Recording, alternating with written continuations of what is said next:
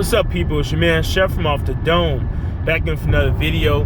Today we're here to talk about G-Eazy, his come up, and pretty much what happened to him. Like, why did he fall off?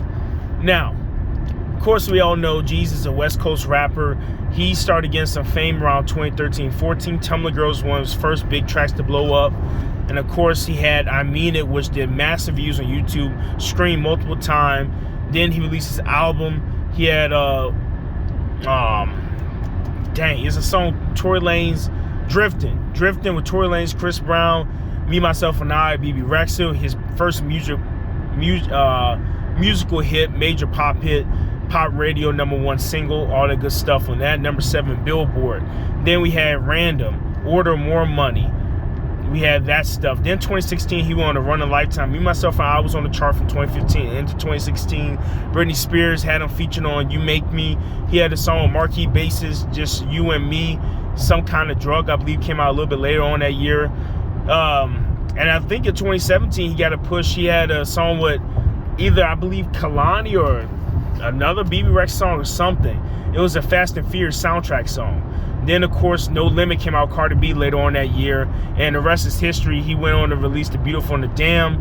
After When It's Dark Out, Beautiful and the Damned did, I think, 153,000 copies first week. Became platinum certified, one of the best-selling albums of 2017 and 18. Him and I was on that as well.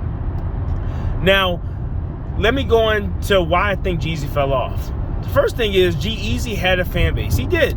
G-Eazy did have a fan base, and I'm pretty sure he still does, but his last album flopped way hard. They weren't gravitating towards the singles. He released that song with Juvenile and City Girls, Throw Fits. I believe that was 2020 or 2019. With London on the track produced it. That didn't really take off. I think the major thing is promotion and exposure. Promotion and exposure. G-Eazy was one of those rappers where he could be really big if he has the right team behind him, but however, if he don't have that support, he's not going to get there. And that's what happened. Over the time, it became oversaturated in a market. It was more rappers, more white rappers in particular, and he didn't get the promotion, which leads me to #2, white rappers. As you can tell, G-Eazy, of course, is white. White rappers are still kind of a, not I don't say niche audience, but still a phenomenon in hip-hop. It's still something that, you know, oh, your white rapper is special. There's only a few of them. Well, there's been more white rappers that come in the game for sure since the day of Vanilla Ice and Slim Shady first coming out. However, the amount of successful ones are still a small amount. And with the rise of Jack Harlow in 2019 and 2020, with NF becoming a big thing in 2017 and 2018, with Macklemore making a comeback with his album Gemini, and Macklemore being the original big white rapper of the 2010s that really took off. And of course, MGK beef, MGK was getting slaughtered by Eminem, but however, MGK reinvented himself with Fall Out Boy, and I believe with the Red Hot Chili Peppers, and reinvented himself and took part of that white rapper fan base. Eminem, of course, who's the biggest white rapper of all time. And of course, Post Malone. How can we forget Post Malone blew up in 2015 as well. So not only did G-Eazy have, when G-Eazy first started in 2013-14, it was pretty much just Macklemore and Eminem. Eminem was legend status, so he wasn't an up-and-coming rapper. Macklemore had 2 or 3 big hits and was trying to follow that success with other songs. There really wasn't another white rapper out. MGK at that point wasn't as big as he is now. This new MGK you're seeing now, he was nowhere this big about almost 8 years ago when G-Eazy was coming up in 2014. NF, he was in the Christian market more so, but he didn't have any big pop hits like Let You Down yet. So, and Jack Harlow was still in school, because Jack Harlow's the same age as me, we're 24. In 2014, I was still in high school. Jack Harlow was still in high school. So, there was no white rappers threatening his space. Black Bear really hadn't exist yet either. Black Bear's another white rapper / pop star. He didn't exist. It's a lot of, Mac Miller was around, yes, but Mac Miller, he didn't really have mainstream hits other than that song with Ariana Grande, so Mac Miller wasn't in that pop mainstream type of vein. So we go to the white rapper problem. That's #2 on the list.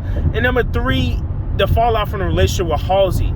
I believe that's another thing that damaged him, because although a lot of hip-hop fans really don't care about guys cheating and hurting their girlfriend stuff, because, you know, that we're not that type of crowd, at the end of the day, G-Eazy was more of a pop rapper than, you know, a hip-hop oriented rapper. his biggest hits are all on the pop song charts. You know, No Limit, it didn't debut, you know, high on the pop radio charts. However, it was played overall radio pretty big. Me, Myself, and I, number one in pop song. Him and I with Halsey, number one in pop radio listens. You Make Me, that's the Britney Spears song. The Marky bass sign, Now Us Is More, Just You and Me, that was a pop single as well. You know, I believe him and Charlie Puth had a song that was single towards pop radio. Regardless of him pretty much cheating on the biggest pop star of the world, I don't know if he cheated on her or not, but people said that. I don't know the details, so correct me if I'm wrong. But with him and her breaking up, Halsey was the bigger pop star than G-Eazy. Halsey had more fans at the time. Halsey just had Without Me, was one of the biggest pop stars in the world. So when G-Eazy and her broke up, that really alienated a lot of the pop listeners that was going to listen to G-Eazy.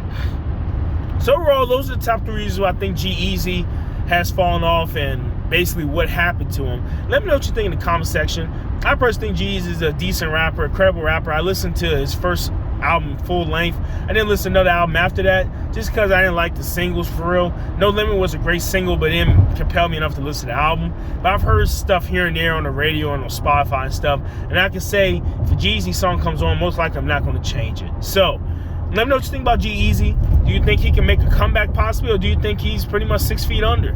With Jack Harlow being in the game, one of the hottest raps in the game, going #1 this current week on Billboard, and with people like Post Malone coming out with a new album soon and dominating the game for white rappers for the last 5-6 years, I don't care if you say he's pop, he's still considered a white rapper.